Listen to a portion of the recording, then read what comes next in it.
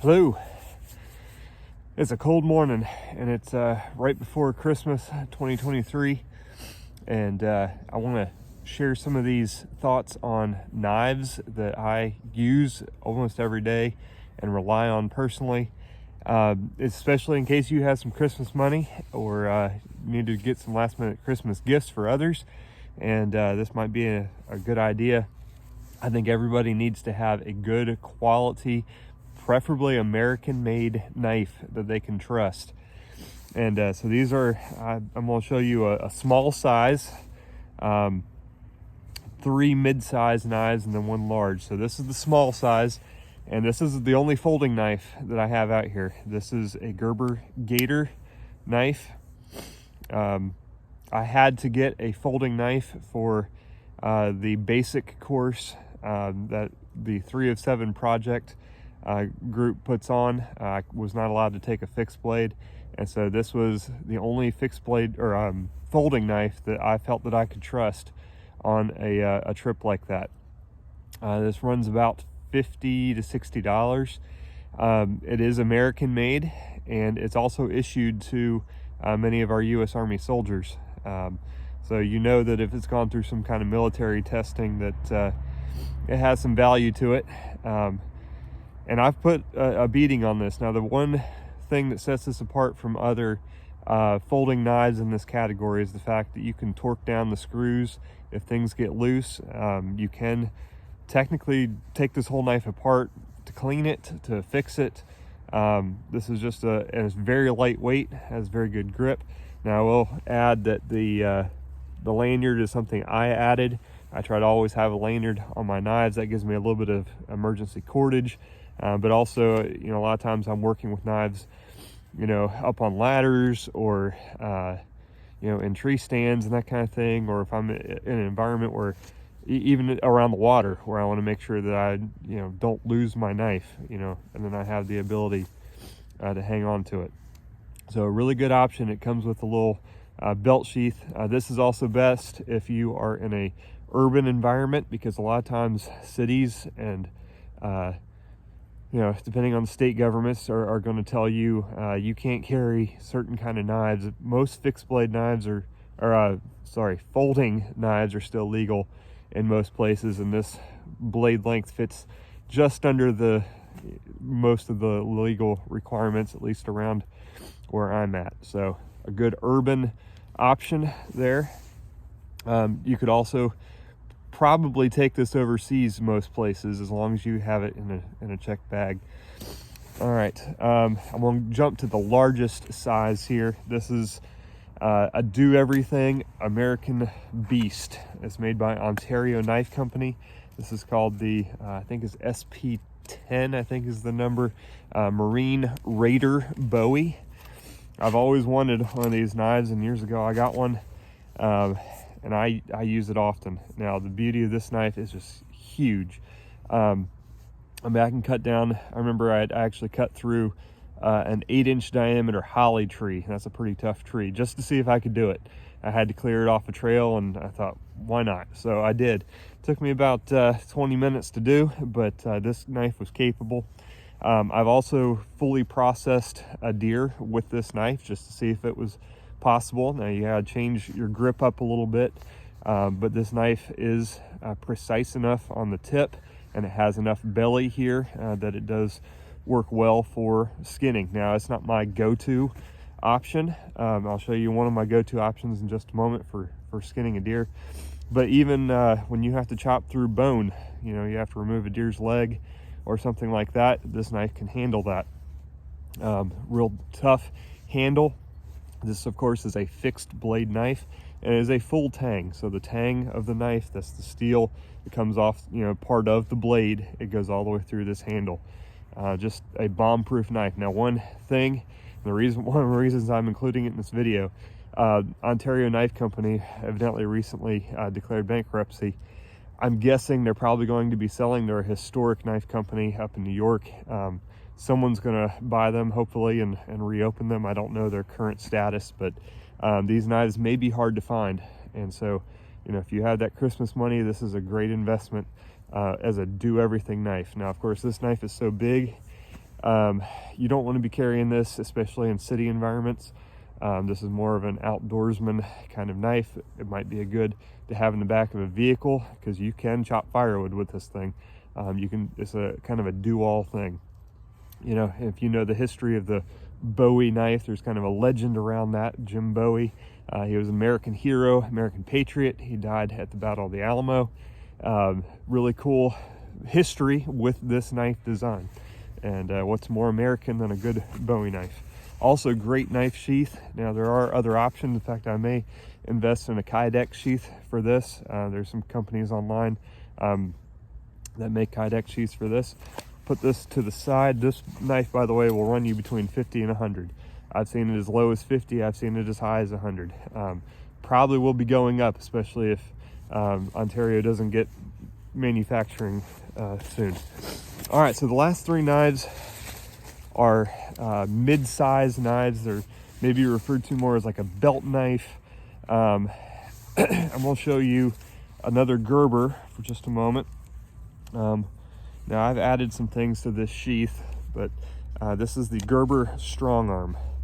If you saw the fire making video that Jaden made fire, he used this knife, which you don't have to use a knife to scrape that fire rod, by the way, but it does cut down on what you have to carry. And the main thing is with a knife that you're going to use to scrape, you got to make sure that it's a good high carbon steel and it doesn't have a lot of chromium in it.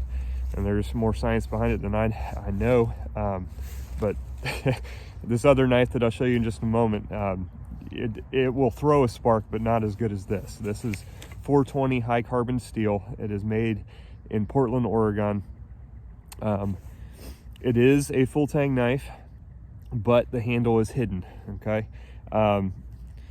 This is a great knife. You can get it right now. I think it's about $75 retail. I've seen as low as 50. Great sheath. Now, I've done some modifications to this sheath, and it has some other straps and stuff that it comes with. You can hang it different directions and ways on your belt. You can even hang it on a backpack strap. A lot of modularity with this sheath, and it's also ambidextrous, so you can put it in either direction. You can get it out one-handed. This is, you know, if you could only have one knife, even out of all these, I would say go with this one. I mean, it's easy to find. It's, you know, you can kind of cut firewood with it. It's that thick and beefy. You're gonna have to kind of baton with it, but it's capable of that. And I think that's what it's designed for. You could also conceal this in a more urban environment, but, you know, check your local laws on that. All right, so going over here to Buck Knives. You know, Buck is an American brand. Unfortunately, a lot of their offerings, especially that you see at Walmart, are not American made anymore. Now, this is the Buck 119 Special. It is still American made, and a lot of their more traditional style knives are still made out there in Idaho. I'm a third generation Buck owner. I know that my dad carries Bucks, uses Bucks for hunting, different models than this one, but and also my grandfather used to carry a Buck pocket knife everywhere he went. Really cool history with Buck as far as them helping with the World War II effort to manufacture knives. I think Mr. Buck was a pastor, actually. He was making knives in a church basement. There's a really cool story on their website. Great American company. I'm not knocking them. You know, they do get a little bit pricey. I have had some issues with this knife in particular.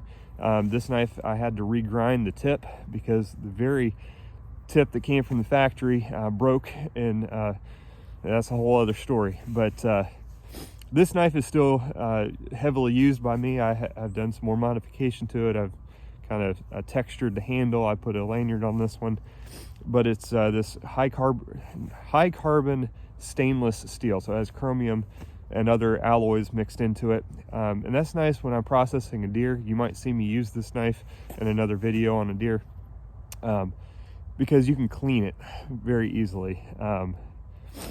The shape of the knife is practical for a lot of different uses, but here's the thing: I rely on this to process firewood.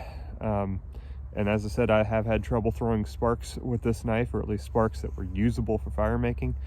So it's a good all-around camp knife, but or hunting knife. But as far as survival knife, I don't know if I'd put it in that category, but still a great knife. Again, you can find this knife for between probably 50 and 100 right now.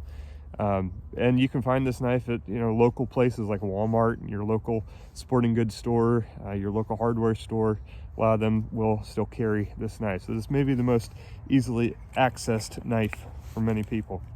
And the final one, this is one that I carry almost every day, either on my person or in a bag. And I'll just go ahead and say, these knives right here, they're usually within reach, my reach, or they're within a vehicle somewhere close by. That's just how I live my life. I want to be prepared.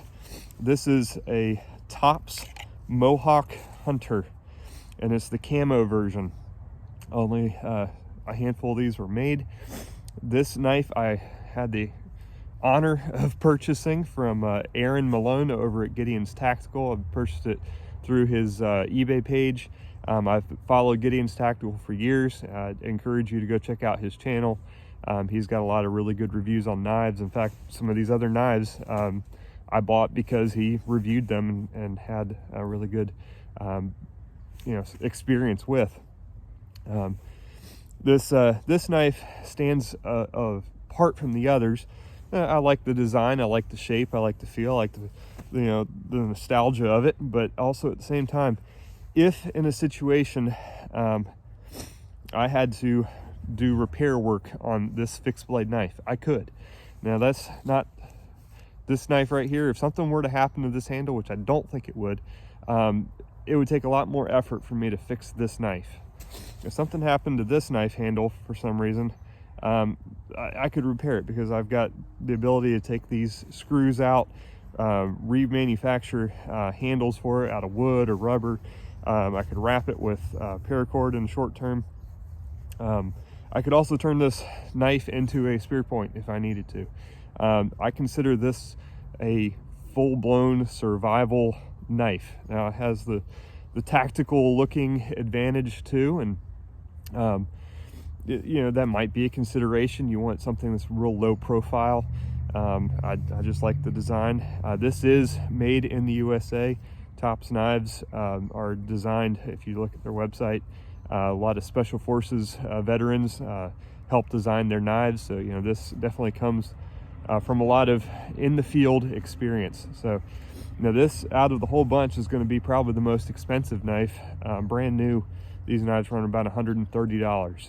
As I said, I got this one secondhand from brother Aaron, and I was able to put this sheath together with a tech lock here on the back, and then I have my magnesium fire rod, so I can throw sparks with that. This is the one Jaden was using in that video.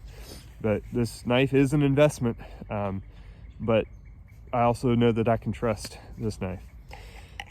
So in closing, that's not an exhaustive list, but those are just the 1, 2, 3, 4, 5 knives that I thought you might benefit from.